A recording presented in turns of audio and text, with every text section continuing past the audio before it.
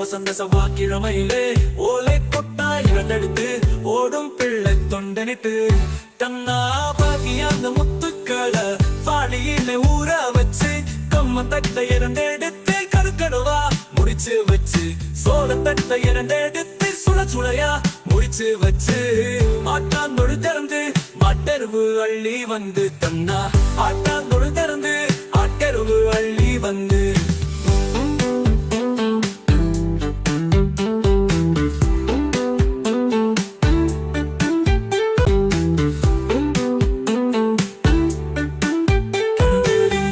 பயிறு காராமணி பயிறு